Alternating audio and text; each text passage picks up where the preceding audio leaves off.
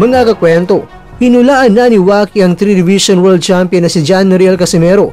Ang kalaban ni Inoue na gaganapin sa Saudi Arabia. Sinabi niya talaga na Casimero, no one else. Ayon kay Waki na may mga usap-usapan daw ng lalabanan ni Casimero ay itong si Nakatani. Ngunit ipinaliwanag ni Waki na kung siya si Casimero, ang pipiliin niya na kakalabanin na itong si Inoue dahil sa malaking fight money. Bagamat may iba pang kandidato tulad ni Alan Picasso at ni Ramon Cadenas.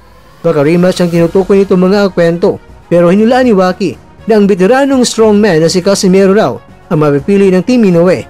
Naku kakwento, kung magdilang anghel si Waki at gagaan ang bulang kristal na may abracadabra, naku, Inoue Casimero ay baka matutuloy na ito. Ano sa tingin nyo kakwento? Agree ka ba sa kababayan ni Inoue sa mga ibinunyag nito?